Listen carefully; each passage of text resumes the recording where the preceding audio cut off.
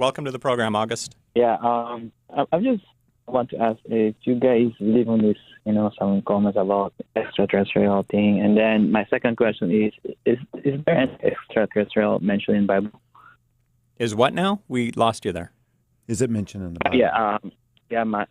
Is there any extraterrestrial mentioned in the Bible? Okay, Bobby. Okay, got it. Okay, I'll start with the latter question, and then Jim, why don't you pick up where he originally was asking? To answer, are there any extraterrestrial beings in the Bible? Well, there's angels and there's demons, and isn't it interesting that we live in a world where many people who are your most vocal atheists who would struggle and they would caricature Christians for believing in angels and demons, while they, in turn, would believe that God used aliens to seed the earth and create this human population. So for me, when I'm trying to discuss things to help, I get it, like talking about angels and demons, that might be difficult for us to grasp in the world that we live in. If you're somebody like me or Jim, where you didn't get saved until you were older. I was 19, Jim was a lot older than that. Nevertheless, I know what it was like to have a worldview as a non-Christian. And so some of that stuff could seem odd at first, in particular with the way that people caricature, demons running around with pitchforks and stuff. That makes it extra weird. So atheists will go and they'll capitalize on that. But it does help me if I'm talking about this issue to be able to say, well, we have a lot of talk about UFOs and extraterrestrial intelligence and aliens that people don't think is bizarre to believe in at all. Well, what's the big difference here? And so it just helps me to realize that I don't believe there are actual aliens, so to speak, but I do believe that there are angels and demons that are extraterrestrial intelligence. Yeah, I agree. I think that if you're looking for, we have specific descriptions of material beings that live on other planets, if that's what we're defining as alien, then yeah, you're not going to see that in Scripture. Although I would tell you that if there ended up being, I don't think it's a deal killer for Christianity, if there were another set of, like a Star Trek universe in which there are Vulcans and Klingons and all those other things you see in the Star Trek universe, then I would expect that when we get there and we talk to those folks, there will be a story of God coming to them in human form and dying for the world, their world. Because I think that if there is a world like that, that it's still part of God's creation, I don't think it's a deal killer for Christianity per se, right? But I think what you said about leveraging this idea, well, forget about even like demons and angels as extraterrestrials. This culture we're living in is so fascinated with anything it can call paranormal. Yeah. So the paranormal activity movies, I mean, I've seen all of them. I hate to say that, but I have, because I've seen all of them. Basically loves those movies, and they're scary movies. And do you realize that when you buy a house that someone has been murdered in, the realtor must tell you that a murder occurred in that house? Why? Because people won't buy that house. Why? Because they think there's a ghost in that house. Yet we don't accept the existence of extra non-material entities, souls. Let's say, like soulish, even souls, let alone angels and demons. Yet we do worry about whether we should buy a house that might have the ghost of a murdered person. So what's the deal here, right? So I would just say that I don't think that extraterrestrials, the way we're thinking of them as material beings on other planets, are mentioned in Scripture.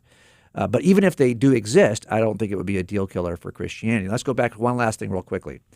You mentioned Bob Lazar. I'm not going to make a judgment on Bob Lazar. I don't know him personally, but I do know that when you look at him, he's always described first and foremost in the first sentence of every description that he is an American conspiracy theorist. Okay?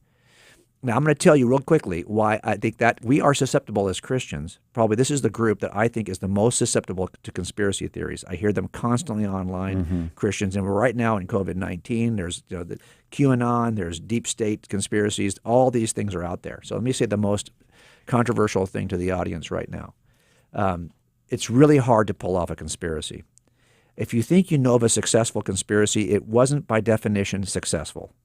I work a lot of conspiracies. I've filed charges on many people in conspiracies. Anytime two or more people plan to do something criminal and actually take an active step in committing the crime, that's a conspiracy I can charge them with, and I've done that a number of times. Here are the 5 things you need to have a successful conspiracy. The smallest number of co-conspirators. Practical, right? Common sense. 2 can commit a lie or tell a lie more easily than 22. You want to hold the conspiracy for the shortest possible period of time.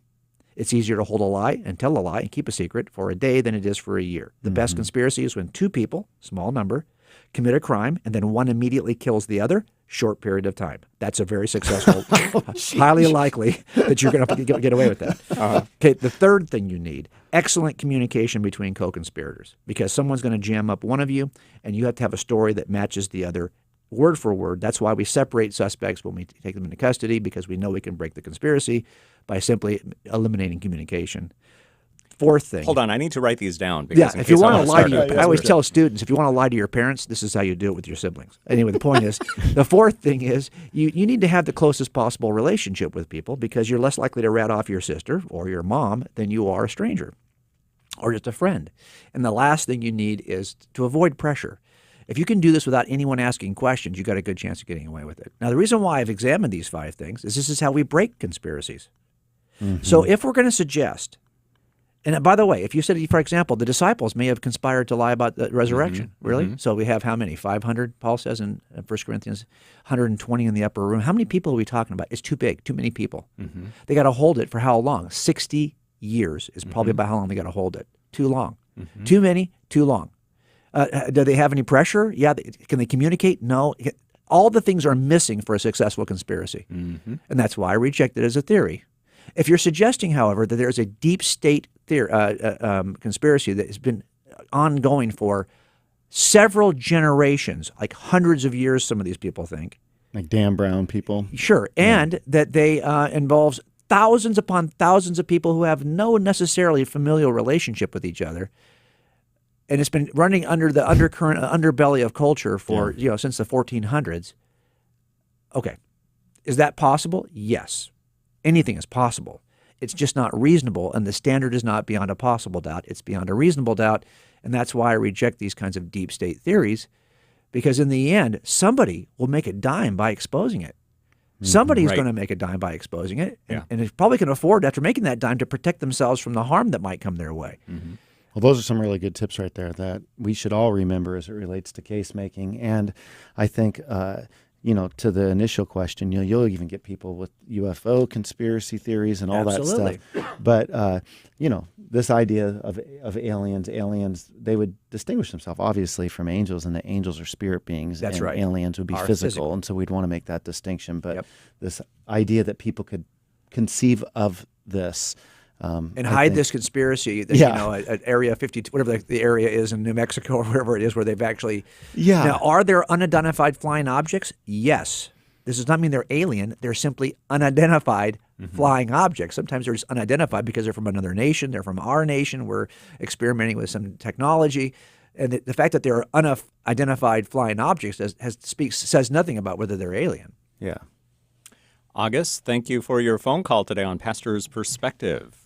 Very interesting conversation there, and I'm assuming this is your birth month because your name is August. Maybe it is, so happy birthday to you. If not, well, you can save that for when your birthday does come up. You meant well, Brian. Yes, that's right.